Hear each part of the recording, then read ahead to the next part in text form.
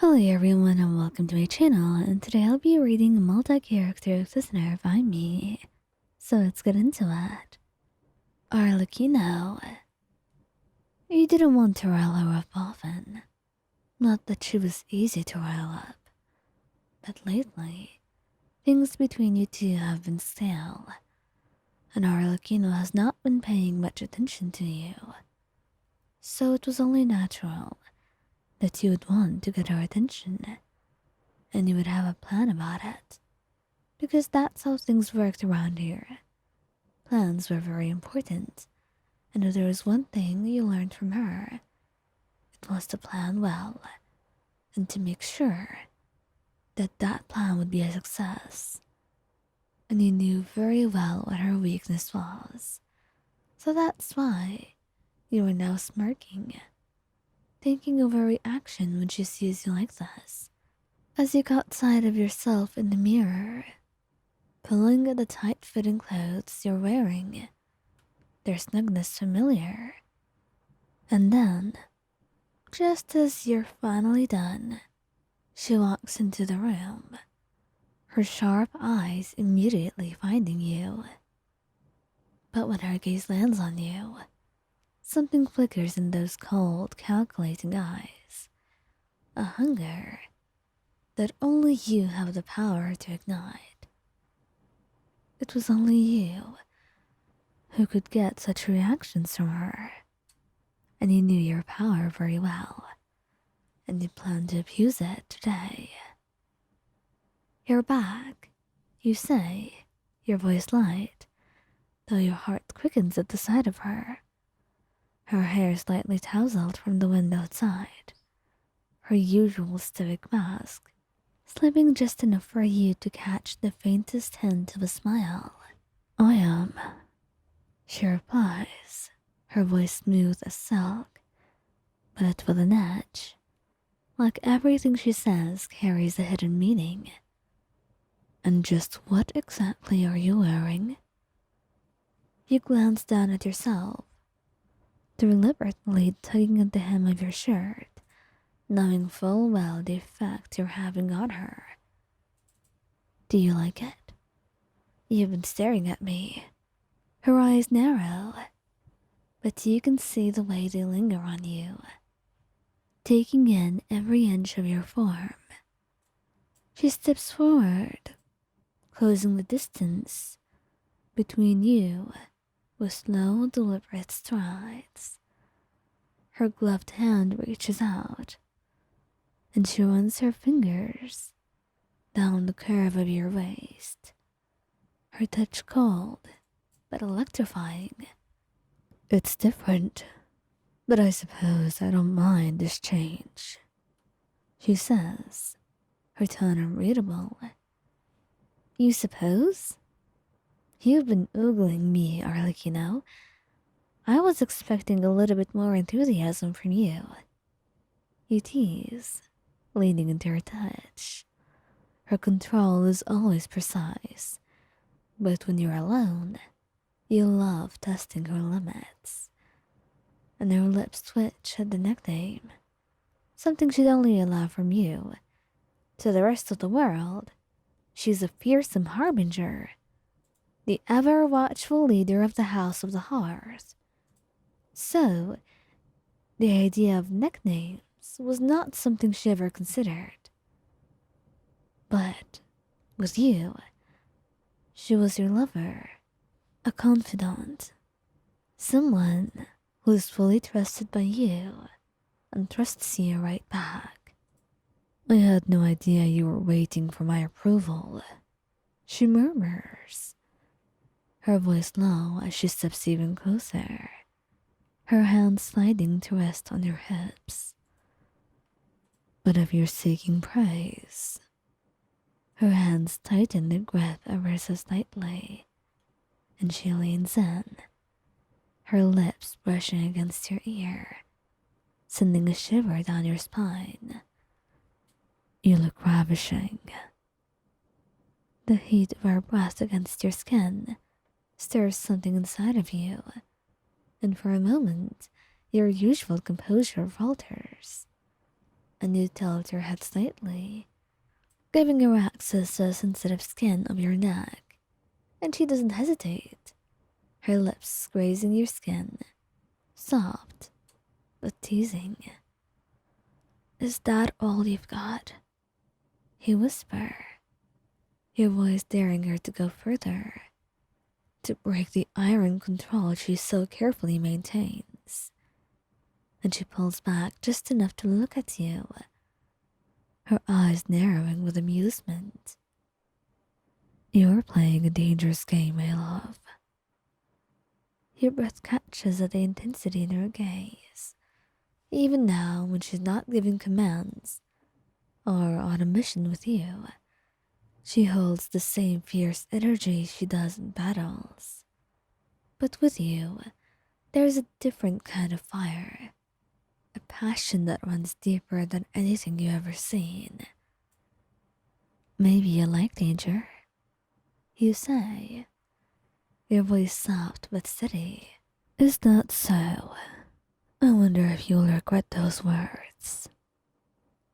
Try me, you respond, your breath catching as she pulls you even closer. And for a moment, the two of you are just stuck, staring at each other, as if daring the other to move further. But then, she pulls away, shaking her head. You are going to be the ruin of me, Mayan. But it's quite early now, and I have things to attend to. Really? Can't you just stay with me for a little bit longer? We were having so much fun. That we were, darling. And we can continue that fun once I'm done working. You couldn't help but smile softly and letting out a sigh. At least you guaranteed seeing her again tonight, and that's all you needed. Scaramouche. Scaramouche is someone who often did not react when it came to such things. Maybe it was due to his age, and the fact that he had seen many, many things in his life, that at this point, such things were not very important to him, and did not require a reaction. Or maybe he just did not care. Either way, you wished he cared a little bit more, because then he'd be more romantic and more touchy with you, which was something you needed. But you'd mostly given up on that, at least until today. You had no plan in mind, not really.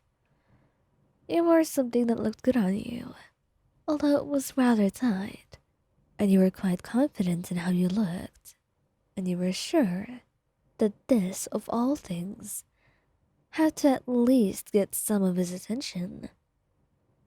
You are wearing something new, something daring compared to usual, and you hoped that you'd see his reaction.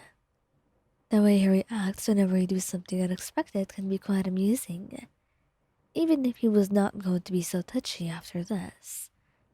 He doesn't show his emotions so easily, but you know him well enough to catch every subtle change in his expression. The flicker of surprise at his eyes, and the slight tightening of his jaw. He's sitting on the edge of the bed, his arms crossed over his chest, his dark eyes watching you with that familiar mixture of curiosity and annoyance, because he doesn't like when you do this, when you try to do things just to get a reaction out of him. He gets embarrassed, although he would never admit it, but you knew him well enough to know that too. Are you just going to stand there? What exactly are you trying to accomplish by wearing that? You smile, stepping closer to him, swaying your hips just a little as you do. What? Do you not like it? His eyes narrow, but you can see the way his gaze lingers on you, how he's trying and failing to hide his reaction.